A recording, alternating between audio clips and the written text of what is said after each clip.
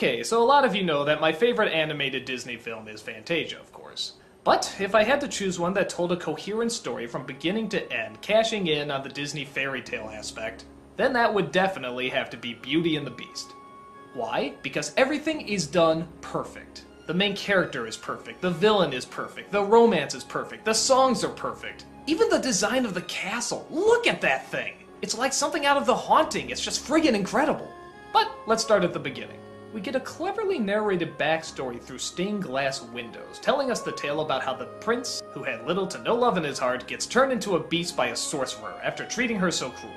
He was given a magic rose that is slowly withering away. If he can learn how to fall in love and be loved in return, he'll go back to human. Thus we enter Belle. She's the oddball of the neighborhood because she's hot as but she doesn't flaunt it. She doesn't hang out with other women fawning over men, she just reads her books and doesn't bother anybody, which of course confuses a very gossipy town. That is, except for Gaston. In any other movie, he'd probably be the hero. But here, he's the good-looking villain who has much more muscle than brains. He thinks that because he's the best-looking man in town and Belle's the best-looking woman in town, naturally they should get married. Isn't that great logic? But when Belle turns him down, he swears to get his bride.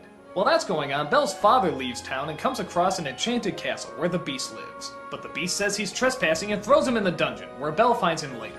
She exchanges her life for his, and he lets him go. Though the Beast sees this as an opportunity to finally fall in love, he's not very social. In fact, he's downright, well, beastly. I thought I told you to come down to dinner! I'm not hungry! I'll break down the door!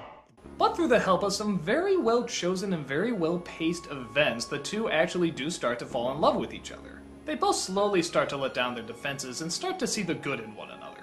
Which of course leads to romance, sadness, action, bloodshed, magic, all that good stuff. People fell in love with this movie. In fact, at the time, it was the only animated film to be nominated for Best Picture. That was unheard of. So why did it hit a chord with so many people? Well, first of all, it goes back to the Disney roots, but follows all the way through. It's a fairy tale, and it knows that, and it totally engulfs itself in it. But as fairy tales go, there's a few twists. This time the couple actually has to take their time to fall in love with each other. They don't just meet and suddenly they're meant for one another. And the movie is actually very clever at never saying how long they're together. It could be weeks, it could be months. So that way you're allowed to draw your own conclusions. The villain is a much more realistic villain. He doesn't start off just evil and bad, he's actually the town hero. But as he fails to get his way for longer and longer, he turns to more desperate measures. Which leads to one of the more obvious, but still pretty poignant lines. He's no monster, Gaston. You are. And then you got Belle. Belle is one of the best animated characters ever. She looks good, but she doesn't show off. She's kind, though she has her limits. People mock her, though she could really care less. And she's just off doing her own thing, not giving a what anybody says. On top of that, she's looking for something a little more specific than most Disney female leads. And that's something greater than herself. Something grand, something spectacular, something that she can barely comprehend. That's actually pretty deep for a kid's film. It's much better than saying I want a prince or feet or whatever. And it also works out because it turns out what she's searching for is in the very last place she would ever look. Now there is an argument that maybe Belle is too perfect. That she's not really that complex because she doesn't have many problems or flaws. And I'd be lying if I said I didn't see that. She's much more of a role model, the kind of person we want to be as opposed to the kind of people we encounter. But I don't know. If it's still a good role model and the character still seems existable, I don't see much of a problem. I don't really see the downside in liking her. It's that belief in the best of humanity. So for me, I really enjoy her. She's kind, smart, and just does her own thing. I should also talk about the Beast too. I love the way this thing is designed. Whenever I heard the story of Beauty and the Beast before this movie came out, this is pretty much what I imagined the Beast looked like. Very big, very werewolf-like, so I thought he was awesome.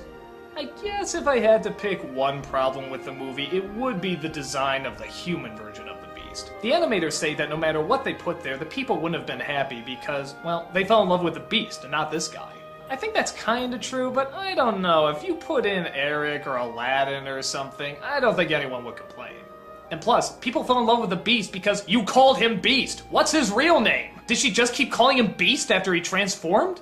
No, well, it's a nitpick. Do I really have to explain what else is good about this movie? You all know the songs, you all know how great the animation is, you all remember these characters. It's just a flawless film. As I get older and older, it only gets better and better. It's the pure Disney fairy tale done to the absolute best. I'd say go see it, but let's face it, you already have.